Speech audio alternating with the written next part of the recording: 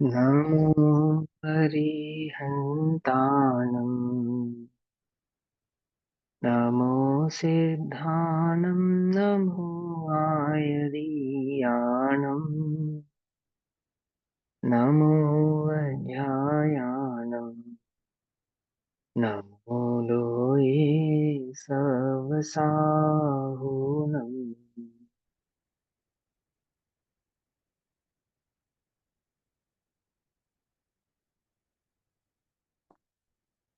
मङ्गलं भगवान् वीरो मङ्गलं गौतमो गणी मङ्गलं कुन्दकुन्दार्द्यो जैनधर्मोऽस्तु मङ्गलम् सर्वमङ्गल्यमाङ्गल्यं सर्वकल्याणकारकम्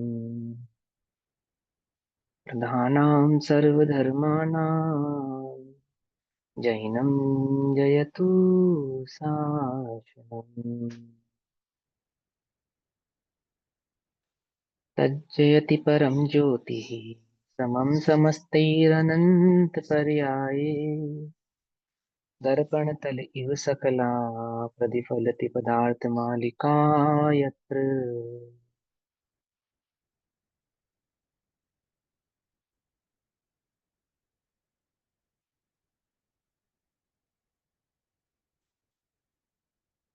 हमारी रात्रिकालीन कक्षा का विषय चल रहा है पुरुषार्थ सिद्धि उपाय। पुरुष जमा अर्थ जमा सिद्धि जमा उपाय। पुरुष अर्थात द्रव्य। द्रव्य पुरुष आत्मा को भी कहते हैं, लेकिन पुरुष का यहाँ अर्थ है द्रव्य। पुरुषार्थ सिद्धि अर्थ माने प्रयोजन, तो प्रयोजन भूत द्रव्य कौन हुआ? जीव। सिद्धि अर्थात प्राप्ति का क्या उपाय है?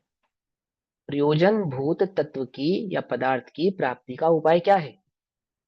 तो वह उपाय दर्शाते हैं रत्नत्रय के मार्ग के माध्यम से आचार्य अमरचंद्र देव, और कहते हैं त्रादव प्रथम ही सम्यक दर्शन पूर्वक इस जीव को धर्म की उत्पत्ति होती है। और वहां सम्यक दर्शन प्रकट करने के पश्चात, सम्यक दर्शन का लक्षण समझाने के पश्चात सम्यक ज्ञान का स्वरूप समझाते हैं, और सम्यक ज्ञान का स्वरूप समझाने के पश्चात सम्यक चारित्र का स्वरूप समझाते हैं। सम्यक चारित्र के स्वरूप को समझाते हैं, उसके अंतर्गत परिग्रह परिग्रह पाप की चर्चा चल रही है।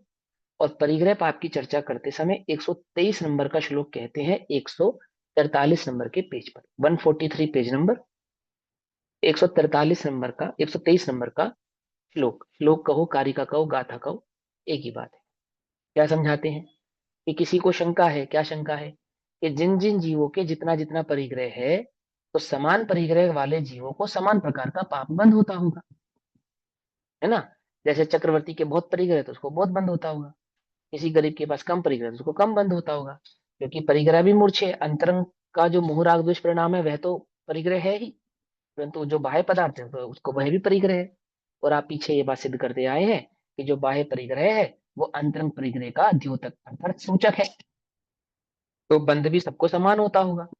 तो उसकी शंका का निराकरण करते हुए श्लोक कहते हैं माधुर्य प्रीति किल दुग्धै मंदैव मंद माधुर्य। माधुर्य माने ममता या आसक्ति, कम प्रीति या अधिक प्रीति, कम आसक्ति या अधिक आसक्ति।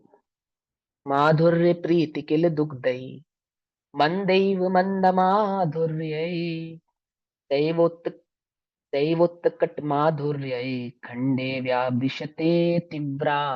अर्थात जिसकी जितनी आसक्ति होती है तो उसका उतना आश्रव होता है, ये भाव समझा रहे। निश्चय से थोड़ी मिठास वाले दूध में मिठास की रुचि थोड़ी ही कहने में आती है, और वही मिठास की रुचि अत्यंत मिठास वाली खांड में अधिक कहने में आती है। तो क्या समझाते हैं, यहाँ प्रश्न करते हैं। भावार्थ हमने कल पढ़ी लिया था, समझ लिया था। सीधा जो आगे का विषय है उस पे आते हैं। 144 नंबर का पेज, प्रश्न उठता है यहाँ कोई बहुत आरंभ परिग्रह करने वाले जीव कहते हैं जिनको बहुत आरंभ है और बहुत परिग्रह है। आरंभ माने परिग्रह की प्रवृत्ति, आरंभ माने परिग्रह एकत्रित करने की, उसको संभाल के रखने की, उसको साज सज्जा करने की जो प्रवृत्ति है उसको कहते हैं आरंभ, बहुआरंभ। परिग्रह की इच्छा बहुआरंभ। जो परिग्रह है उसको साज संभाल की जो प्रवृत्ति है सो बहुआरंभ, देख रेख करना, संभाल के रखना, चोरी ना हो जाए, अच्छा रहे, साफ सुथरा रहे, नया रहे, गंदा ना हो जाए, आदि आदि, ये सब आरंभ कहलाते हैं। और परिग्रह यानी कि वे वस्तु। तो बहुआरंभ बहु परिग्रह करने वाला जीव कहता है, क्या कहता है कि हमारे ममत्व नहीं है, परिग्रह तो है। भैया हमारा मकान बड़ा है, हमारे पास बहुत परिग्रह है, तो धन बहुत है, श्लोक कौन ममत्व सा नहीं है? है। श्लोक कौन सा है? श्लोक नंबर 123 अभी बताया ना, श्लोक नंबर 123, 123 नंबर का श्लोक, 144 नंबर का पेज। 144 नंबर के पेज पे जो प्रश्न है, प्रश्न क्या कहता है? प्रश्न ये करता कहते हैं कि हमारे परिग्रह तो है, परंतु हमारा परिग्रह में ममत्व तो नहीं है ना, ऐसा कहते हैं। बाह्य में परिग्रह अधिक है तो क्या हो गया, बना है तो बना रहने तो। हमारा जीवन तो कैसा है, भरत जी घर में ही बैरागी, तो हम कैसे हैं, भरत जी जैसे हैं। परिग्रह भले ही भरत जी जितना ना हो, पर बैराग तो हमारा भरत जी जैसा ही है ना।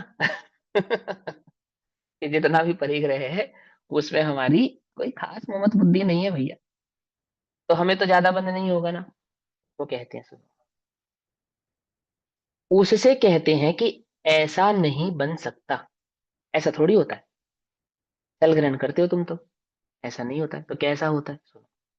क्योंकि यदि ममत्व भाव ना होता तो बाह्य परिग्रह एकत्र ही किस लिए किया, बिना ममत के एकत्रित कर रहे हो क्या?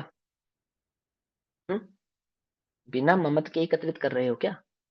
ममत तो है तुम्हें, तो भरत जी कैसे कर रहे हैं एकत्रित, ममत के साथ कर रहे हैं कि हाँ चारित्र मोहिनी संबंधी उनको ममत्व है। वहां तो दर्शन मोहिनी संबंधी की अपेक्षा से उनको ममत्व रहित कहा, समझे नहीं समझे? पर ऐसा थोड़ी कहा कि उनको ममत्व नहीं है, चारित्र मोहिनी संबंधी तो ममत्व है ही, क्योंकि यहाँ त्रादो सम्यक दर्शन की बात की मुख्यता प्रथम है। तो तुझे सम्यक दर्शन हुआ या नहीं हुआ, बोल? यदि नहीं हुआ तो परिग्रह एकत्रित करना तो तेरे दर्शन मोह का ही सूचक है, चारित्र मोह का सूचक थोड़ी है। पकड़ में ही बात, नहीं पकड़ में? वही क्रिया बिना सम्यक दर्शन के दर्शन मोह की सूचक है, वही क्रिया सम्यक दर्शन सहित चारित्र मोह की सूचक है। आई बात समझ में? ध्यान से समझना, फल ग्रहण नहीं करना, शंका हो तो पूछना। क्या कहते हैं, क्योंकि यदि ममत भाव ना होता, सुख बुद्धि ना होती, उसमें आसक्ति नहीं होती, तो बाह्य परिग्रह एकत्र ही किस लिए करता, इसलिए किया। बिना ममत के तो जो बाजार में गया चीजें पसंद करके लाया, तो बिना ममत की पसंद करके लाया क्या? जेब से अधिक होकर कोई वस्तु खरीदी तो बिना ममत की खरीदी क्या? अथवा वस्तु खरीदने के लिए जो धन एकत्रित किया तो वो बिना ममत के किया क्या? तूने जगत में जो कार्य किया परिग्रह संबंधी, वो सब बिना ममत के किए। तेरा जन्म हो गया चक्रवर्ती के घर, तो चलो समझ में आया, जन्म हो गया भाई, अब अंबानी के घर जन्म हो गया, क्या करें, वो तो हमारे पुण्य योग से है। लेकिन यहाँ जो साजो सामान तो एकत्रित कर रहा है, इकट्ठे कर रहा है, संभाल रहा है, वो सब बिना ममत्व भाव के कर रहा है। वस्तु का मिलना अथवा नहीं मिलना वह तो पाप पुण्य के अधीन है, वह बात तो ठीक है। परंतु जो भी वस्तु प्राप्त हुई, प्राप्त करने की इच्छा हुई, उसको लाने की जो इच्छा हुई, वो सारे भाव ये सब बिना ममत के हो गए क्या? ऐसा तो नहीं बनता। और यदि बाह्य परिग्रह होने पर भी कोई पुरुष यदि ममत का त्यागी है, तो उन बाह्य पदार्थों को क्षण मात्र में छोड़ सकता है, एक क्षण लगेगा उसे छोड़ने में। तो बोल तुझे कितनी देर लगेगी छोड़ने में? यदि ममत नहीं है जिस परिग्रह के साथ, फॉर एग्जाम्पल होली पे पहने गए कपड़े, उनसे क्या ममत्व है हमारा, कि यदि वे फट जाए, गंदे हो जाए, खराब हो जाए, तो हमें क्या नहीं होता, दुख नहीं होता। हम तो पहनते ही इसलिए हैं क्या, कि उनसे हमारा ममत्व नहीं है। क्या बात आई समझ में? वो वस्त्र परिग्रह है या नहीं है? होली पे पहना गया वस्त्र परिग्रह है या नहीं है? परिग्रह है। कैसा परिग्रह है? ममत्व रहित परिग्रह है। समझे या नहीं समझ में ये बात? वो कैसा परिग्रह है? वो है असली ममत्व रहित परिग्रह। क्यों? यदि उसको छोड़ना पड़ता है या उसमें किसी प्रकार का कोई भाव होता है, तो ज्यादा विकल्प, ज्यादा कषाय नहीं होती, अंतरंग में ज्यादा दुख नहीं होता। इसलिए सिद्ध हुआ, क्या सिद्ध हुआ, कि ममत्व भाव बिना बाह्य पदार्थों का संग्रह नहीं हो सकता, उसकी साजो संभाल नहीं हो सकती। जैसे जैसे ममत्व बढ़ता जाता है, वैसे वैसे अपने लिए बाह्य पदार्थों का संग्रह भी करता जाता है। और मात्र संग्रह करता है बात वहां तक नहीं है, उसके संदर्भ में अति तीव्र आसक्त बुद्धि रखता है। परिग्रह से कषाय करता है तो जो परिग्रह के घातक होते हैं उनसे द्वेष करता है ना। अथवा मेरा परिग्रह कोई चुरा ना ले, कोई यूज ना कर ले, किसी और के काम ना आ जाए, आदि आदि से लोभ प्रवृत्ति भी उसकी बढ़ती जाती है। ऐसा नहीं हो सकता कि बाह्य परिग्रह तो अंगीकार करता जाए और कहे कि मेरे अंतरंग में ममत्व नहीं है। ऐसा नहीं होता, ऐसा छल ग्रहण मत करो कि मेरे ममत्व नहीं है और मैंने बिना ममत्व के ही परिग्रह अंगीकार किया है, ऐसा नहीं। ठीक। हिंसा में तो ऐसा बनता है कि बाह्य हिंसा हो जाए और अंतरंग शुद्ध हो, अर्थात किसी को भाव हिंसा के बिना भी द्रव्य हिंसा तो हो सकती है। हिंसा के संदर्भ में कहा था ना कि भाव हिंसा के बिना भी द्रव्य हिंसा हो सकती है, जैसे मुनिराजों का उदाहरण दिया था। परंतु बाह्य पदार्थों का जो संग्रह है, संग्रह अर्थात परिग्रह का अंगीकार, वह तो ममत के बिना हो सकता नहीं। वहां तो ममत चाहिए, उस वस्तु को संभाल के रखने के लिए, सहेज के रखने के लिए, आदि आदि भाव करने के लिए क्या चाहिए? हम्म। हाँ तो ममत बुद्धि चाहिए। अब परिग्रह त्याग करने का उपाय, कैसे त्याग किया जाए? प्रश्न था कि भैया हम परिग्रह कैसे त्यागें, अथवा हमें परिग्रह बुद्धि तोड़नी हो तो हम कैसे तोड़ें? देखो, वास्तविक मार्ग तो है वस्तु स्वरूप को समझकर अपरिग्रही आत्मा में अपने उपयोग को स्थापित करके जितना जितना वस्तु स्वरूप का श्रद्धान निर्मल होता जाता है तो आपो आप ही परिग्रह बुद्धि घटती जाती है। ये तो मूल मार्ग है। जिन्हें ये सूक्ष्म मार्ग समझ में नहीं आता हो तो उनसे साधारण भाव में आचार्य देव कहते हैं 124 नंबर की कारिका में कि परिग्रह त्याग करने का उपाय क्या है? तत्वार्थ श्रद्धा ने निर्युक्तम। ध्यान से सुनना सभी जी, प्रश्न है ना, जिन जिनका प्रश्न भैया परिग्रह कैसे तोड़ें, परिग्रह बुद्धि कैसे कम करें, तो क्या कहते हैं उनसे? तत्वार्था श्रद्धानि निर्युक्तम प्रथममेव मिथ्यात्वम् सम्यक् दर्शन चौरः प्रथम कषायाश्च तत्वारः। चत्वारः अर्थात पहले, सबसे पहले क्या करो कि सबसे पहले ही तत्वार्थ के अश्रद्धान में जिसने संयुक्त किया है। किसने किया है हमें तत्वार्थ के अश्रद्धान में संयुक्त? संयुक्त माने जोड़ना। तत्वार्थ के अश्रद्धान में हम हमें जोड़ने वाला कौन है? बोलो जल्दी। हमारा अपना अज्ञान, अज्ञान अज्ञान है ना। हाँ, मिथ्यात्व। कर्म का उदय मिथ्यात्व, ऐसा नहीं है ना। कर्म के उदय से भी समझाते हैं, मोहिनी कर्म के उदय से भी समझाते हैं, मिथ्यात्व से भी समझाते हैं। परंतु पुरुषार्थी जीव तो जानते हैं कि तत्वार्थ के अश्रद्धान में जोड़ने वाला कौन है? मेरा स्वयं का अज्ञान ही है। तो सबसे पहले क्या करो? परिग्रह बुद्धि छोड़ने के लिए सबसे पहले क्या करो? अज्ञान दूर करो। समझ में बात? उस संबंधी अज्ञान को दूर करो। तो क्या कहते हैं? तत्वार्थ के श्रद्धान में जिसने संयुक्त किया है ऐसा जो मिथ्यात्व है और सम्यक दर्शन के चोर है। सम्यक दर्शन के चोर कौन है? सम्यक दर्शन का चोर अर्थात चार पहले कषाय अर्थात अनंतानुबंधी क्रोधमान माया और लोभ है। सम्यक दर्शन के चोर कौन है? पहले चार हैं। पहले चार कौन? अर्थात अनंतानुबंधी संबंधी क्रोधमान माया लोभ है। अनंतानुबंधी कौन है? सम्यक दर्शन की चोर है। तो क्या करो? सबसे पहले चोर को भगाओ, अर्थात अनंतानुबंधी का अभाव करो, अज्ञान का अभाव करो, अपने मिथ्यात्व को दूर करने का उपाय करो। आई समझ में बात? है ना। प्रश्न पूछा था ना, क्या उत्तर है? पहले में पहले तत्व निर्णय करो। फिर क्या कहते हैं? पहले तत्वार्थ के मिथ्या श्रद्धान में जिसको संयुक्त किया है, अर्थात पहला मिथ्यात्व नाम का जो अंतरंग परिग्रह है। ठीक, अंतरंग परिग्रह। सबसे पहला परिग्रह कौन है? कि सबसे पहला परिग्रह अज्ञान है। अज्ञान यानी कि मिथ्यात्व है, ये सबसे पहला परिग्रह है। हमें लगता है कि हमें अपने आत्मा की खबर नहीं है, स्वरूप की खबर नहीं है, वस्तु स्वरूप की खबर नहीं है, ये ही हमारा पहला परिग्रह है। लगता है हमें? ऐसा नहीं लगता। परिग्रह के नाम पे हमें क्या नजर आता है? जब हम कहते हैं परिग्रह, तो क्या दिखाई देता है? कि सारा विश्व तो दिखाई देता है, अपना अज्ञान दिखाई नहीं देता। सबसे पहला परिग्रह क्या है? मेरा स्वयं का अज्ञान है, अर्थात मिथ्यात्व है।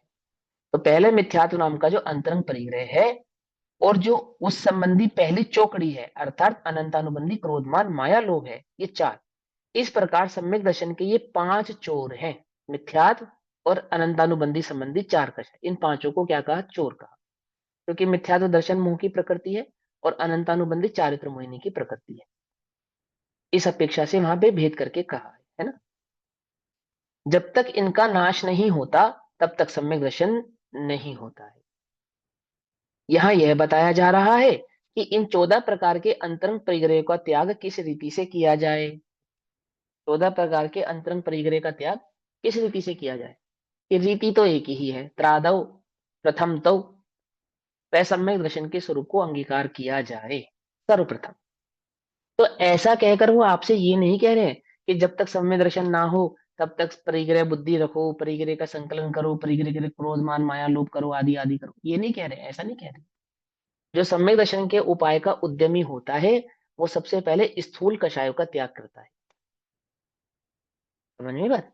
जो सम्यक दर्शन के उद्यमी जीव होते हैं ना, वो क्या करते हैं? पहले मोटी कषाय, स्थूल कषायों का त्याग करते हैं।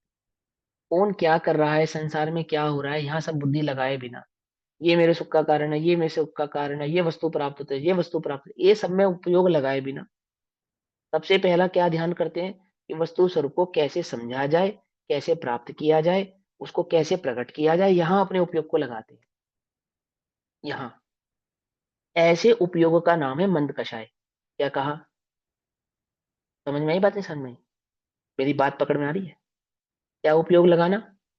ये वस्तु स्वरूप को कैसे समझा जाए, इस वस्तु स्वरूप को कैसे प्रकट किया जाए, इस वस्तु स्वरूप को प्रकट करने का जो उपाय आचार्य बतला रहे हैं, उसे समझने में अपने उपयोग को लगाना, इसका नाम है मंद कषाय। पकड़ में ही बात? ये किसको होता है? सम्यक दर्शन को प्रकट करने वाले पुरुषार्थियों को ऐसा होता है।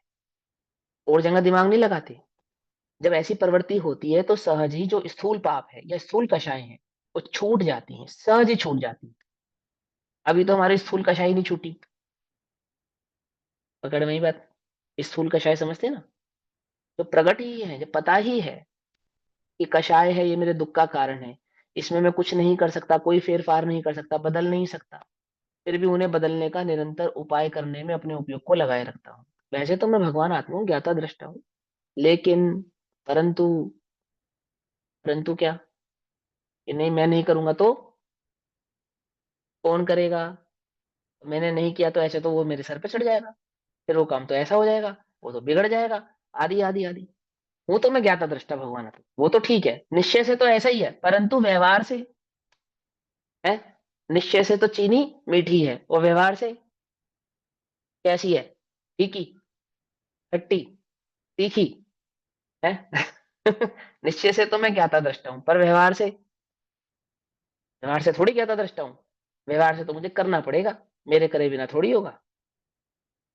समझ में बात? नहीं समझी? ये जीव निश्चय व्यवहार को भी समझा ही नहीं, अभी से विस्तृत स्वरूप की समझ नहीं हुई है, उल्टा पकड़ा है इसने, उल्टा विपरीत ग्रहण किया है। क्या कहते हैं? प्रथम ही यह जीव जब सम्यक दर्शन प्राप्त करता है, वस्तु स्वरूप को समझकर यह सम्यक दर्शन को प्राप्त करता है, तब मिथ्यात और अनंतानुबंधी चौकड़ी का नाश हो जाता है। उपशम को भी नाश कहते हैं इस शैली में। उपशम, छह उपशम और क्षय, तीनों का ही नाम नाश है, नाश करता है। अनादि मिथ्या दृष्टि की अपेक्षा तो पांच का नाश होता है, ठीक। और सादी मिथ्या दृष्टि की अपेक्षा से सात का नाश होता है। समझ में आ गई बात? पांच का और सात का नाश किसको समझ में आया? बोलो, कौन बतलाएगा? अभी जो ये मैं पूछे जाए, किससे बताऊंगी। पूछा जाए? अरे आप तो दीदी बता ही दोगे, होनहार स्टूडेंट हो आप, चिंता नहीं करो, रुको। हाँ हेमल जी, आप बताओ, पांच और सात का क्या मतलब है यहाँ पे? तीन ऑफ तीन ऑफ दर्शन मोहनीय कर्म के तीन भाग हो जाते हैं ना, वो बहुत तीन। बढ़िया, वेरी और गुड, फिर बहुत चार ऑफ बढ़िया। अनंत अनुबंधी। हाँ बस बस समझ गए, आप तो सबको समझ में आ गया होगा, है ना? बहुत बढ़िया बात है, ऐसे समझ में आना चाहिए। क्या समझे यहाँ पे पांच और सात का मतलब?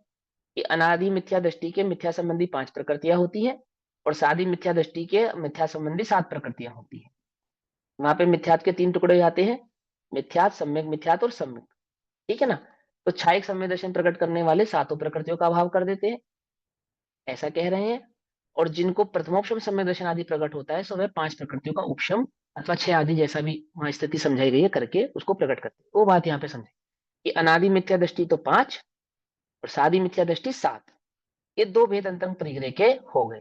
है तो एक ही, लेकिन वहां कर्णान योग में जो भेद करे ना, उस भेद की अपेक्षा से यहाँ पर मिथ्यात को 2 प्रकार से समझा दिया। अब आगे क्या कहते हैं, तात्पर्य यह है कि पहले यह जीव मिथ्यात नामक परिग्रह का त्याग करता है। सबसे पहले क्या करता है, पंडित टोडरमल जी ने यह टीका लिखी है, पंडित टोडरमल जी ने ही मोक्ष मार्ग में प्रतिज्ञा का स्वरूप समझाया है। क्या समझाया मालूम, उन्होंने क्या कहा, प्रथम तो सत्तत्वों के स्वरूप को जानकर सम्यक दर्शन को प्रकट करने का उपाय करता है। प्रथम में प्रथम तो ये काम करता है, ऐसे यहाँ कहते हैं कि क्या कहा, तात्पर्य यह है कि पहले ही यह जीव मिथ्यात्व नामक परिग्रह का त्याग करता है। तत्वार्थ का श्रद्धा न होना ही मिथ्यात्व है। पश्चात अनंतानुबंधी क्रोधमान माया लोग को भी उसी तत्वार्थ के श्रद्धान के साथ विदा कर देता है। दोनों एक साथ ही जाते हैं, तो वहां पे दोनों भावों को समझा दिया। उसका भी पर समय भेद है, एक समय का भेद होता है वहां पर, ठीक है ना। मालूम नहीं मालूम, पहले मोह जाता है, उसके बाद अनंत दर्शन अनंत ज्ञान प्रकट होता है। मालूम है ये बात, तत्वार्थ सूत्र का सूत्र है ये। पहले समय में मोह का भाव और दूसरे समय में ज्ञानावरणी और दर्शनावरणी का भाव होता है, ठीक। तो क्या कहते हैं, क्योंकि ये चारों सम्यक के चोर हैं। कौन चारों, वो मिथ्यात्व और क्रोधमान मायालोक संबंधी अनंतानुबंधी आदि भाव, उनकी उपस्थिति में सम्यक दर्शन नहीं रह सकता। अर्थात अनंतानुबंधी की उपस्थिति में क्या नहीं हो सकता, सम्यक दर्शन नहीं हो सकता। इसलिए अनंत संसार का कारण जानकर इनका नाम अनंतानुबंधी रखा है। अनंत में अनंत के अनुबंध का जो कारण हो, ऐसे अनंत संसार का कारण होने के कारण इस कषाय का नाम अनंतानुबंधी रखा है। अनंत संसार का कारण है ये, इसलिए कषाय का नाम क्या है, अनंतानुबंधी, ठीक। इसकी वासना भी संख्यात असंख्यात तथा अनंत काल तक रहती है। संख्यात असंख्यात और अनंत काल तक रहती है।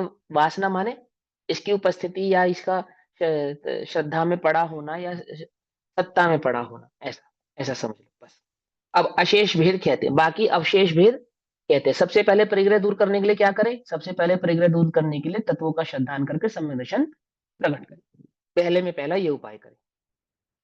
दूसरा उपाय क्या करे, अवशेष बाद में क्या करे, पश्चात क्या करे, सम्यक दर्शन प्रकट होने के बाद क्या करे, सो विभाव कहते हैं, अवशेष भेद बतलाते हैं। प्रविहाय च द्वितीयान् देश चारित्रस्य सन्मुखायातः नियतम ते हि कषायः देश चरित्रम निरोधन्ति। और दूसरी कषाय कौन सी है, अप्रत्याख्यान प्रत्याख्यान और संजरण, ये दूसरी कषायों में सब आगे क्रम से। दूसरे कषाय अर्थात अप्रत्याख्यानावरण क्रोधमान माया लोभ को छोड़कर देश चारित्र के सन्मुख आता है। दूसरे नंबर की कषाय क्या है, अप्रत्याख्यानावरण नामक कषाय है। तो दूसरे नंबर पे क्या करता है, अप्रत्याख्यानावरण कषाय का अभाव करता है। कैसे होता है अप्रत्याख्यानावरण कषाय का अभाव, क्या विधि है अप्रत्याख्यानावरण कषाय का अभाव करने की, कि जो विधि सम्यक दर्शन प्रकट करने की है, वही विधि अप्रत्याख्यानावरण कषाय का अभाव करने की है। चारों ही प्रकार की जो कषाय हैं, एक ही तलवार से, एक ही विधि से इनका घात किया जाता है। पकड़ में बात, 4 अलग अलग उपकरण नहीं चाहिए इसके लिए, एक ही उपकरण है। क्या, कि जिस सम्यक दर्शन अथवा शुद्धोपयोग के बल पर अथवा आत्मानुभूति के बल पर अनंतानुबंधी का अभाव किया जाता है, उसी आत्मानुभूति की स्थिरता के बल पर अप्रत्याख्यानावरण कषाय का भी अभाव किया जाता है। जिसको अनंतानुबंधी कषाय का अभाव होता है, उसको तत्वों का श्रद्धान प्रकट होता है, वह उसका लक्षण है। और बाह्य लक्षण तो वह हमने सम्यक दर्शन के स्वरूप में समझ लिया था, है ना, उसके लक्षण समझे थे ना सारे। अब ऐसे ही यहाँ कहते हैं कि जिसको अप्रत्याख्यानावरण नामक कषाय का अभाव होता है, तो उसके किस प्रकार के लक्षण प्रकट होते हैं, कि उसके देश चारित्र संयम प्रकट होता है। तो देश चारित्र संयम का स्वरूप यहाँ पर कहेंगे। देश चारित्र के सम्मुख आता है, कारण कि कषाय निश्चित रूप से एक देश चारित्र को रोकती हैं। क्या कहा? जो अप्रत्याख्यानावरण नामक कषाय है, ये क्या करती है? ये देश चारित्र को होने से रोकती हैं। अब यहाँ छल ग्रहण नहीं करना। क्या छल ग्रहण नहीं करना? कि जिनको पंचम गुण स्थान संबंधी व्रत आदि है, उनको कौन सी कषाय का अभाव माना जाए बिना सम्यक दर्शन के? अप्रत्याख्यानावरण संबंधी कषाय तो नहीं है, लेकिन अन्य संबंधी कषाय है। ऐसा है या नहीं? ये प्रश्न है मेरा। चारों कषाय। हाँ, वो समझ में आई बात? मिथ्यात्वी ऐसा है। नहीं है।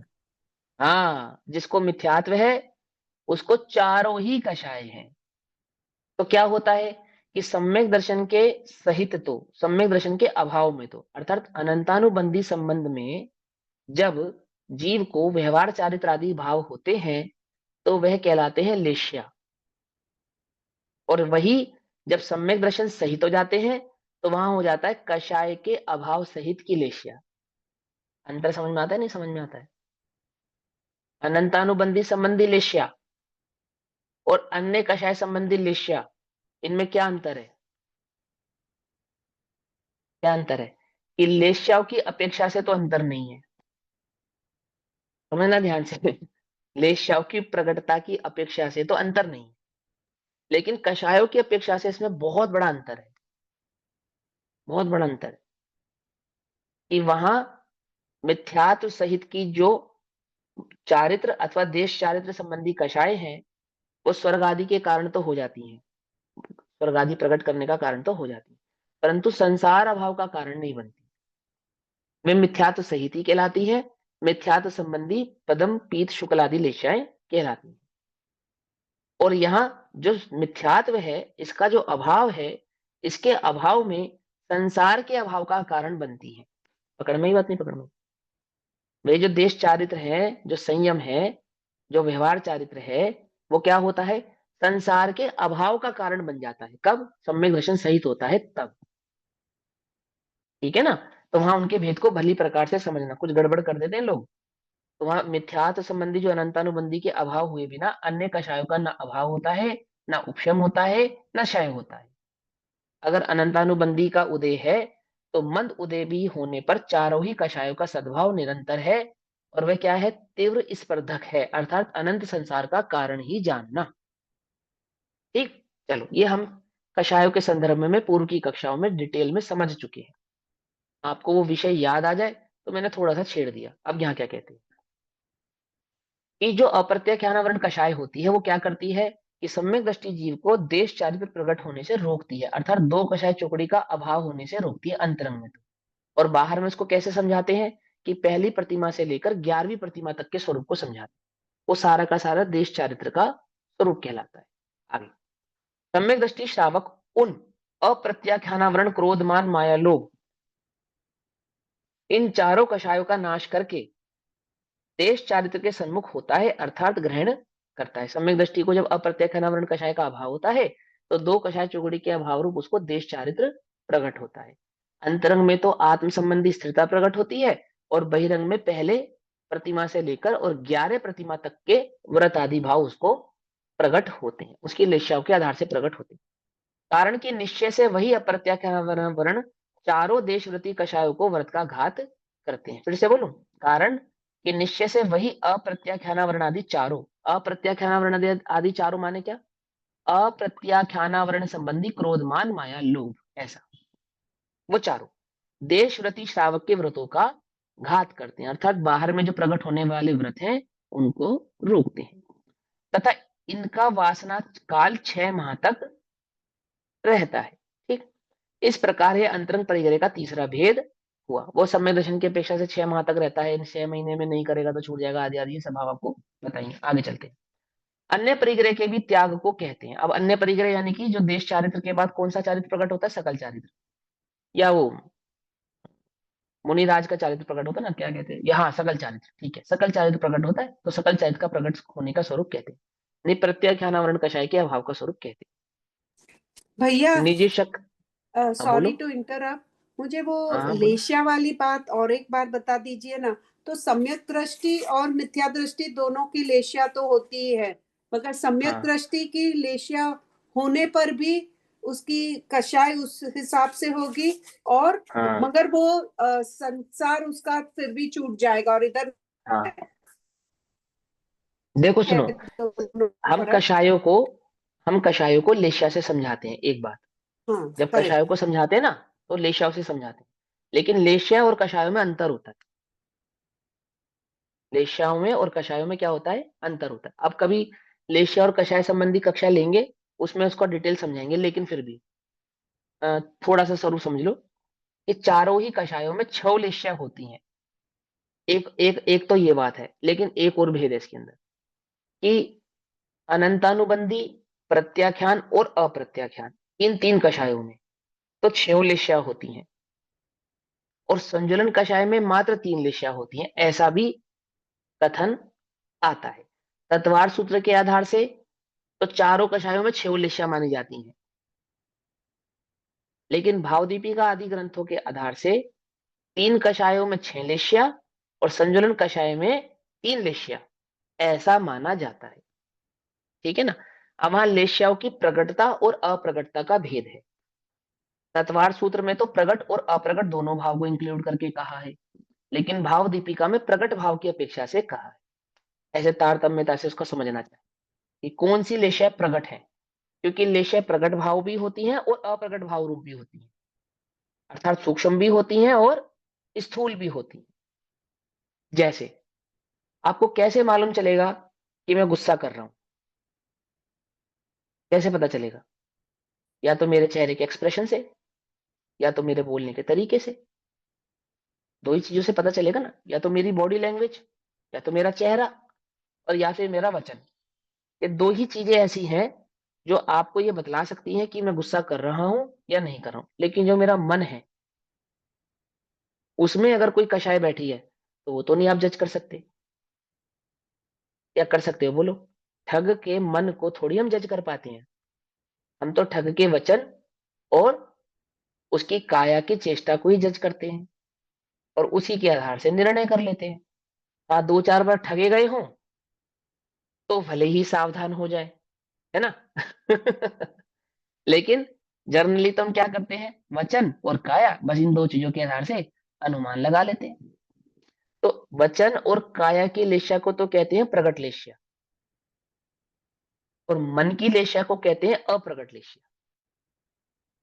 अब जो मन की लेशा होती है, अप्रगट लेशा, वो भी 2 प्रकार की होती है।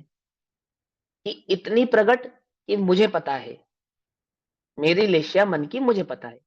लेकिन एक ऐसी भी होती है जो होती तो है, पर मुझे भी नहीं पता होता कि मुझे है, जिसको आप जर्नल भाषा में कॉन्शियस और अनकॉन्शियस ऐसा कहते हो। आम भाषा में कहते हो ना कि आपकी ऐसी कषाएं जो आपके अंदर तो है, पर आपको स्वयं ही उनका ज्ञान नहीं। अनकॉन्शियस माइंड कहते हैं जिसको, इन जनरल भाषा में।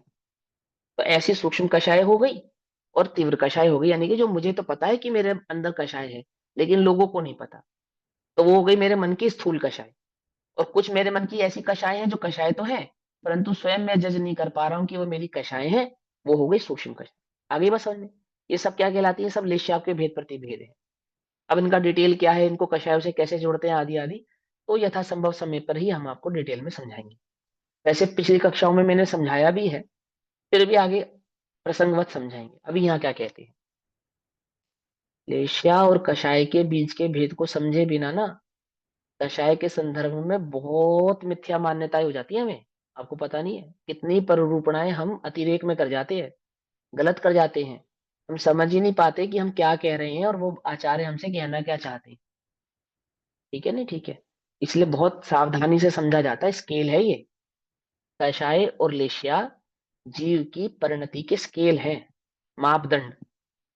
इन मापदंडों से ही निर्णय होता है कि इस जीव, यह जीव कौन से गुण स्थान में है, इसकी परिणति आधार से इसको किस प्रकार की आगे पर्याय आदि प्राप्त होती है, अथवा सम्यक दर्शन का ये पात्र है या नहीं है। ये सब भाव इससे समझ में आते हैं। ज्ञानी धर्मात्मा जीवों को, विवेकवान जीवों को ये सारे स्वरूप भली प्रकार से समझ में आते हैं। शास्त्रीय भाषा में नहीं समझ में आए, परंतु वस्तु स्वरूप के हिसाब से वे सभी चीजों को भली प्रकार से समझते हैं। अभी देखो यहाँ क्या कहते हैं। अब अन्य परिग्रह के त्याग की बात कहते हैं। अप्रत्याख्यान के त्याग के बाद कौन सा परिग्रह बचा? प्रत्याख्यान वर्ण संबंधी परिग्रह, उसके त्याग की बात करते हैं। निज शक्तया शेषाणाम सर्वेषामन्तरंग संगानाम कर्तव्यः परिहारो मार्दव शौचादि भावनाय। इसलिए अपनी शक्ति से मार्दव शौच संयम आदि 10 लक्षण धर्म द्वारा, अर्थात जो मुनि धर्म है, अवशेष सभी अंतरंग परिग्रह का त्याग कर देना चाहिए। क्या कहना चाहता है ये श्लोक? 126 नंबर का श्लोक आपसे ये कहना चाहता है कि आने वाले जो 10 लक्षण प्रवादी राज हैं, इन प्रवादी राज में जो आप 10 धर्मों की उपासना करते हैं, वो उपासना वास्तव में ये जो प्रत्याख्यानावरण संबंधी कषाय है, इसके अभाव की भावना से करते हैं। अर्थात मुनिधर्म अंगीकार करने की भावना है। क्या वो 10 लक्षण धर्म की जो उपासना है वो क्या है? वो मुनिधर्म अंगीकार करने की उपासना है, ऐसा कह रहे हैं। क्यों? क्योंकि प्रत्याख्यानावरण कषाय का क्या स्वरूप है? कि यह स्वरूप है अवशेष सभी प्रकार के अंतरंग परिग्रह हैं, बचे हुए अनंतानुबंधी और प्रत्याख्यान वर्ण संबंधी का अभाव होने के बाद जो कुछ अंतर में बचा है, वो सब क्या है? कि वह सब अंतरंग परिग्रह है। उनको अपनी शक्ति अनुसार अपने कोमल परिणाम तथा संतोष रूपी धर्म भावना से त्याग करना, अर्थात यथाक्रम सबका त्याग करना चाहिए। भावार्थ, अंतरंग परिग्रह 14 प्रकार का है। उनके नाम इसी ग्रंथ के श्लोक नंबर 116 में बताए गए हैं। तो वहां मिथ्यात्व चौकड़ी रूप 4 कषाय तथा हास्य आदि 9 कषाय, इस तरह 14 भेद हैं। इनका क्रम पूर्वक त्याग करना। इनमें से मिथ्यात्व और अनंतानुबंधी कषाय है, वे सम्यक दर्शन और स्वरूपाचरण चारित्र के घात करती है। एक ही बात है, स्वरूपाचरण चारित्र। स्वरूपाचरण चारित्र का मतलब होता है शुद्धोपयोग, ठीक है। और सम्यक दर्शन किसको कहते हैं? वो शुद्धोपयोग के संदर्भ से जो श्रद्धा गुण की पर्याय हुई, उसको सम्यक दर्शन कहते हैं। शुद्धोपयोग चारित्र गुण की पर्याय कहलाती है और श्रद्धा गुण की पर्याय सम्यक दर्शन कहलाती है, ठीक है ना। रत्नत्रय का जो मार्ग है, तीनों रतन अर्थात तीनों गुण एक साथ प्रवृत्ति करते हैं, आदि आदि ये भाव सब आपको ज्ञात ही है। अप्रत्याख्यानावरण नामक जो कषाय है, ये चारों कषाय ये देश चारित्र का घात करती हैं, अर्थात श्रावक पद नहीं होने देती। अर्थात श्रावक कौन? वो जो पंचम गुण स्थान वृत्ति श्रावक पना है, वह प्रकट होने नहीं दे, ऐसा। फिर क्या कहते हैं? जो प्रत्याख्यानावरण नामक कषाय है, अवशेष, जिसको अवशेष कह रहे हैं यहाँ पे, जो श्लोक नंबर 126 में बताई जा रही है, इस नामक जो 4 कषाय हैं, ये सकल संयम का घात करती हैं। सकल संयम माने मुनि धर्म का घात करती हैं, अर्थात मुनि धर्म प्रकट नहीं होने देती। अंतरंग और बहिरंग दोनों प्रकार का मुनि धर्म ये प्रकट नहीं होने देती, अर्थात मुनि पद नहीं होने देती। प्रत्याख्यान सर्वथा त्याग को कहते हैं, अर्थात सकल त्याग को कहते हैं। सकल त्याग का ही दूसरा नाम सर्वथा त्याग है। सब चीजों का हमेशा के लिए त्याग कर देना, उसका नाम है मुनि धर्म। सकल यानी कि समस्त परिग्रह का, सर्वथा यानी कि हमेशा के लिए त्याग कर देना, क्या नाम है इसका? इसका नाम मुनि धर्म है। अभी त्याग कर रहे हैं, बाद में ग्रहण कर सकते हैं, ये तो श्रावक धर्म है। अथवा इतने समय के लिए त्याग कर रहे हैं, अथवा आमुक काल तक के लिए त्याग कर रहे हैं, अथवा आमुक आमुक वस्तु का त्याग कर रहे हैं, सबका त्याग नहीं कर रहे हैं। लेकिन समस्त परिग्रह का त्याग कर देना, और कब तक कर देना? मरण पर्यंत तक त्याग कर देना, तो उसका नाम क्या है? उसका नाम मुनि धर्म है, ऐसा। तथा संजलन आदि जो 4 कषाय हैं, हास्य आदि 6 और 3 वेद के सभी यथाख्यात चारित्र का घात में निमित्त होती है। अर्थात जो संजलन कषाय संबंधी भेद हैं, वे क्या प्रकट नहीं होने देते? वे अनंत पद प्रकट होने नहीं देते, अथवा यथाख्यात चारित्र प्रकट होने नहीं देते। प्रत्याख्यानावरण कषाय का वासना काल एक पक्ष का है, अर्थात जब किसी जीव को, एक पक्ष माने 15 दिन, एक महीने में 2 पक्ष होते हैं, शुक्ल पक्ष और कृष्ण पक्ष। तो शुक्ल पक्ष और कृष्ण पक्ष के भेद से 15-15 दिन का 2 पक्ष का 1 महीना हो जाता है। तो यहाँ पे एक पक्ष का मतलब क्या हुआ? 15 दिन। तो कहते हैं प्रत्याख्यानावरण कषाय का वासना काल, अर्थात प्रत्याख्यानावरण कषाय के सद्भाव में जीव को जो आत्मानुभूति है, वो 15 दिन के अंतराल से होती है, ऐसा समझाएंगे। प्रत्याख्यानावरण कषाय का जो वासना काल है, वो एक पक्ष का है। संजलन कषाय सकल संयम के साथ दैदीप्यमान प्रकाशमान रहती है। सकल संयम के घातक सब कषाय का त्याग अवश्य करें। क्या कहा? वो क्या कह रहे हैं? मुनि धर्म का पालन तो अवश्य करें, मुनि धर्म का पालन तो अवश्य करें, अर्थात शुद्धोपयोग की भावना तो अवश्य ही भाएं। अब नहीं कर सकते हो तो श्रावक धर्म की करो, श्रावक धर्म भी नहीं है तो सम्यक दर्शन प्रकट करने का प्रयास करो, पर मूलतः क्या है? वो मुनि धर्म यानी कि शुद्धोपयोग की प्राप्ति करो। ऐसा प्रकाशमान रहती है। सकल संयम के घातक सब कषाय का त्याग अवश्य करें, ना बने तो श्रावक धर्म के लिए आवश्यक मिथ्यात्व अनंतानुबंधित चतुष्क एवं अप्रत्याख्यानावरण चतुष्क का अवश्य त्याग करना चाहिए। अवश्य तो क्या करना चाहिए हमें? अवश्य तो हमें मुनि धर्म अंगीकार करना चाहिए। समर्थ नहीं है तो श्रावक पद तो अंगीकार करना ही चाहिए। ऐसा क्या? निज शक्ति के बल से, अर्थात जैसी आपकी सामर्थ्य है, जैसे आपके योग उपयोग की सामर्थ्य है ना, इस प्रकार इन सभी व्रतों का क्रम पूर्वक धारण करके अंतरंग परिग्रह को कर्म पूर्वक छोड़ना चाहिए। अर्थात मिथ्यात्व सहित ही इनका त्याग संभव है और मिथ्यात्व सहित ही इनका त्याग करना चाहिए। ऐसा कह रहे हैं। त्याग नहीं करना चाहिए, स्थूल त्याग नहीं करना चाहिए, ऐसा नहीं कह रहे हैं। क्या कह रहे हैं? वास्तविक त्याग तो मिथ्यात्व सहित त्याग करने पर ही संभव है, इसलिए वास्तविकता में तो मिथ्यात्व सहित ही इनका त्याग कर देना चाहिए। आपने वस्तु का त्याग कर दिया, बहुत अच्छी बात है। पंडित टोडरमल जी कहते हैं इतना किया तो शाबाश, अब मिथ्यात्व का भी त्याग करो, है ना। वो ऐसा नहीं कहते हैं कि नहीं नहीं पहले मिथ्यात्व का त्याग करो, इनको ग्रहण करो, ऐसा नहीं। आपने त्याग कर दिया, इतना किया तो शाबाश, लेकिन ये त्याग तो जब सार्थक है जब मिथ्यात्वादी कषायों का भी त्याग हो जाए। यदि मिथ्यात्वादी कषायों का त्याग नहीं किया तो फिर इनका होना सार्थक नहीं। कदाचित पुण्य आदि बंध के भी कारण है, कदाचित स्वर्ग आदि जाने के भी कारण है, परंतु मोक्षार्थी भावना की मार्ग में तो ये वास्तविक मोक्ष के कारण तो नहीं है। ऐसा। अब वो बाह्य परिग्रह का त्याग का क्रम कहते हैं, उसका क्रम समझा रहे हैं 127 नंबर के श्लोक में। बहिरंगादा, ये अंतरंग परिग्रह का वो समझाया था। जो ऊपर के श्लोक है ना, ये अंतरंग परिग्रह के त्याग का क्रम था। अब जो 127 नंबर का श्लोक है, ये बहिरंग परिग्रह के त्याग का क्रम समझाते।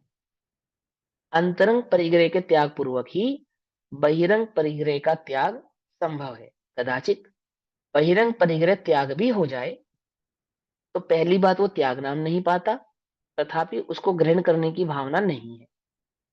ये भी समझना है ना, दोनों बातों को ध्यान से समझना। हो जाए तो बहुत अच्छी बात है, नहीं हो पा रहा तो भी पहले तो मिथ्यात्व का त्याग करना ही अनिवार्य है। बहिरंगादपि संगात यस्मात् प्रभक्त संयमो निचितः परिवर्जय देशम तमचितम वा सचित्तम वा। तथा उन बाह्य परिग्रह को, भले ही वह अचेतन हो या सचेतन हो। अचेतन और सचेतन माने पत्नी, बच्चे, नौकर, चाकर, ये सब सचेतन परिग्रह। धन, मकान, रुपया, पैसा, कपड़ा, गाड़ी, घोड़ा आदि, ये सब अचेतन परिग्रह। घोड़ा चेतन परिग्रह, अन्य चीजें अचेतन परिग्रह। चेतन हो या अचेतन हो, सचेतन हो, संपूर्ण रूप से छोड़ देना चाहिए। पहला उद्देश्य क्या है बहिरंग परिग्रह का? कि समस्त प्रकार का बहिरंग परिग्रह, समस्त प्रकार का छोड़ देना चाहिए। अर्थात पहले श्लोक में कह रहे मुनि धर्म अंगीकार कर लेना चाहिए। समझे? बहिरंग परिग्रह के स्वरूप को समझाते समय पहले श्लोक क्या कहा? मुनि धर्म अंगीकार करो। पहला श्लोक तो यही है। कारण कि बहिरंग परिग्रह से भी अयोग्य अथवा निंद असंयम होता है। सबसे निंद तो असंयम भाव है, बहिरंग ही क्यों ना हो, है ना। तो क्या कहते हैं? असंयम है, इसलिए क्या कहा? असंयम के स्थान में तो रहना ही नहीं चाहिए, ऐसा कह रहे।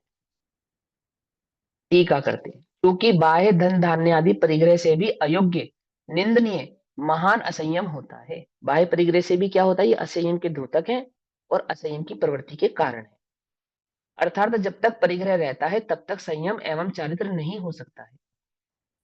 इसलिए वह बाह्य परिग्रह भले ही अजीव हो या सजीव हो, दोनों ही प्रकार का परिग्रह त्याग करने योग्य है। बाहिरंग परिग्रह के त्याग में पहला ही श्लोक आपको क्या प्रेरणा दे रहा है?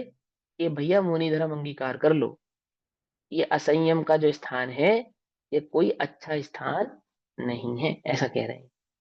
क्या कहते हैं? बाह्य परिग्रह में संसार के सभी पदार्थ प्राय आ जाते हैं, इसलिए बाह्य परिग्रह के सजीव और अजीव ऐसे दो भेद किए हैं। रुपया, पैसा, खेती आदि अजीव परिग्रह है। हाथी, घोड़ा, बैल, नौकर, चाकर आदि ये सब सजीव परिग्रह हैं। इनका भी एक देश और सर्वदेश त्याग होता है, अतः इसी परिग्रह का सर्वथा त्याग करना चाहिए। नहीं कर सकते हैं फिर क्या करें? यदि सर्वदेश त्याग ना कर सको तो एक देश त्याग करो, ऐसा अगले श्लोक में कहते हैं। पहला श्लोक क्या कहता है? मुनिधर्म अंगीकार करो।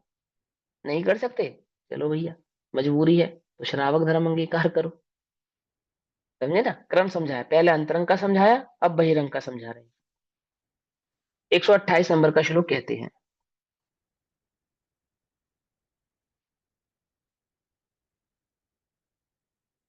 ये तत्व निवृत्ति रूप है उसका अर्थ। ये इसका ये भाव भी पढ़ लेते हैं। अंतर, ये जो फुट नोट है ना, फुट नोट पढ़ लेते हैं पहले, फिर मैं श्लोक पढ़ूंगा। प्रत्येक वस्तु स्वद्रव्य, स्वक्षेत्र, स्वकाल और स्वभाव से सदा परिपूर्ण ही है। द्रव्य नियोग जो बतलाता है वस्तु का स्वरूप, वह क्या कहता है? जो 6 द्रव्य हैं, तो वो द्रव्यों का स्वरूप कैसा है? कि क्षेत्र काल भाव की अपेक्षा से, द्रव्य क्षेत्र काल भाव की अपेक्षा से परिपूर्ण है। अर्थात मुझे पूर्ण होने के लिए किसी अन्य वस्तु की आवश्यकता नहीं है। मैं अपने में परिपूर्ण, पर की मुझ में कुछ गंध नहीं, है ना? प्रत्येक वस्तु स्वद्रव्य, स्वक्षेत्र, स्वकाल और स्वभाव से सदा परिपूर्ण ही है और पर द्रव्य आदि से शून्य अर्थात निवृत्ति रूप ही है। त्यागो उपादान शून्यत्व शक्ति से संपन्न समस्त द्रव्य ना तो अपनी किसी भाव को त्यागते हैं, न अन्य के किसी भाव को ग्रहण करते हैं। वे अपने आप में परिपूर्ण ही होते हैं। वर्तमान अशुद्ध दशा में, जो वर्तमान दशा है ना, पर्याय, इस दशा में परद्रव्य के अवलंबन से रागी जीवों को बाह्य सामग्री के प्रति ममत्व राग भूमिका अनुसार होता है। जैसे जीव की जैसी भूमिका होती है, अर्थात जैसा गुणस्थान होता है, जैसी कषाय होती है, उस गुणस्थान और कषाय के प्रमाण से उस जीव को बाह्य वस्तु से राग भी होता है। राग और द्वेष दोनों ही होते हैं। यहाँ कौन सी भूमिका की बात कर रहे हैं? यहाँ पे पहले और चौथे, चौथे और पांचवे, पहले चौथे और पांचवे गुण स्थानों की बात कर रहे हैं। छठे गुण स्थान भी है, गर्भित है, लेकिन वहां ऐसा ममत्व भाव, स्थूल ममत्व भाव होता नहीं है। जब निचली भूमिका के जीवों की बात करें तो वहां पे पांचवे गुण स्थान पर्यंत जीवों को लेना, निचली भूमिका में, ठीक। और छठे गुण स्थान पर्यंत जो जीव होते हैं, ऊपर के जो जीव होते हैं, वो सब ऊंची ऊंची भूमिका के जीव कहलाते हैं, ठीक। नीची भूमिका के जीवों में कहां तक आते हैं जी? पहले से लेकर पांचवें तक के सभी जीव निचली भूमिका के जीव कहलाते हैं। तो वर्तमान अशुद्ध दशा में परद्रव्य के अवलंबन से रागी जीवों को, रागी कहने का तात्पर्य यहाँ पहले से पांचवें गुणस्थान संबंधी, छठे गुणस्थान वाले मुनिराज क्या कहलाते हैं? रागी, वीतरागी, ठीक है ना? जीवों को बाह्य सामग्री के प्रति क्या होता है? ममत्व रूप राग भूमि का अनुसार होता है। उसका स्वाश्रय के बल से त्याग कराने के लिए बाह्य पदार्थ के त्याग का उपदेश है कि तुम्हें अपना स्वाश्रय बल प्रकट हो, अंतरंग आत्म बल प्रकट हो, अंतरंग स्थिरता प्रकट हो। इसलिए जो तुमने बाहर में सामग्री का राग किया है, जिस सामग्री के अवलंबन से तुम्हें राग उत्पन्न हो रहा है, तुम उस सामग्री का त्याग कर दो, ताकि ना रहेगा बांस और ना बजेगी बांसुरी। असली बांस तो मिथ्यात्व है, असली बांस तो अंतरंग का कषाय है। लेकिन तथापि जीव को समझाने के लिए बाह्य परिग्रह आदि को भी त्यागने का उपदेश करते हैं, क्योंकि वो उस परिग्रह के संदर्भ में ही उसको राग आदि भाव अंतरंग में उत्पन्न हो रहा है। भैया वास्तव में इधर कहा कि परद्रव्य के अवलंबन से हाँ उनको ममत्व रूप राग होता है, हाँ मगर हाँ कह रहे हैं कि अपने स्व आश्रय के बल से, मीन्स अब मेरे बल से मुझे हाँ इनका त्याग हाँ, करना है, ऐसा करना कह रहे चाहिए हैं ना? आत्मा बल से, क्योंकि हाँ आत्म बल से इनकी वजह से मुझे ममत्व का राग हो रहा है, हो रहा है। हाँ आत्मबल से, इसलिए आत्मबल की अपने तो बात ही बल कर से रहे हैं। मुझे वो छोड़ना पड़ेगा। छोड़ना है, हाँ। अपाणम वो बिकॉज मैं श्रामी। सम्यक दृष्टि नहीं हूँ, फिर भी बल हाँ निकाल के छोड़ना पड़ेगा, ऐसे। लेकिन हाँ, पहले सम्मेलन का उपाय करना, इतना किया तो शाबाश। आत्मबल बल से पर वस्तु का त्याग कर दिया, इतना किया तो शाबाश, परंतु सम्यक दर्शन के बिना अधूरा है, ऐसा। ठीक। फिर क्या कहते हैं, वास्तुत्व में तो आत्मा के पर वस्तु का त्याग ही है, अर्थात पर वस्तु का आत्मा ने ग्रहण ही नहीं किया है, वास्तव में तो बात यही है। लेकिन उस संबंधी राग है ना, उसको ग्रहण करना कहते हैं। किंतु जो कुछ राग ममत्व भाव है, उसके त्याग रूप निर्मल परिणाम जितने अंशों में होते हैं, उतने ही अंशों में राग आदि की उत्पत्ति ही नहीं होती। जहां ऐसा होवे, वहां उस जीव को पर वस्तु के त्याग का कर्ता कहना, वह उस जाति के अभाव रूप निमित्त का ज्ञान कराने के लिए असद्भुत व्यवहार न्याय का कथन है। अर्थात जीव के अंतरंग कषाय को बहिरंग पदार्थों से कहना, तो वह असद्भुत व्यवहार न्याय का कथन है, ऐसा कहना है। निश्चय सम्यक दर्शन बिना अज्ञानी के हट रूप त्याग को व्यवहार से भी धर्म संज्ञा नहीं होती, ये समझ। जब तक जीव को अंतरंग सम्यक दर्शन प्रकट नहीं होगा, तब तक क्या है, वो बहिरंग सामग्री आदि का त्याग कर भी देगा, तो भी क्या नहीं होता, उसको धर्मादि भाव की उत्पत्ति नहीं होती।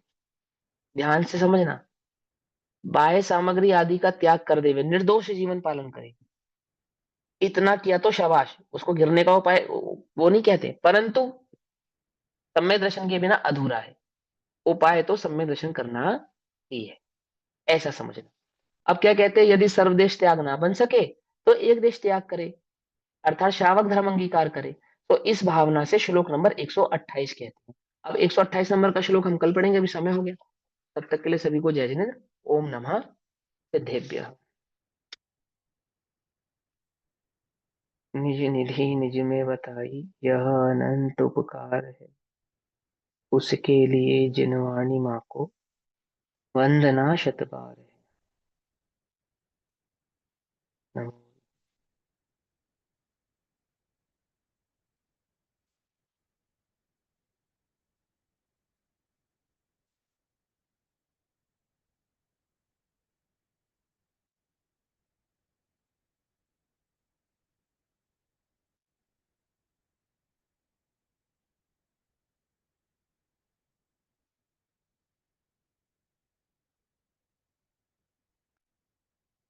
जय जिनेन्द्र सभी को।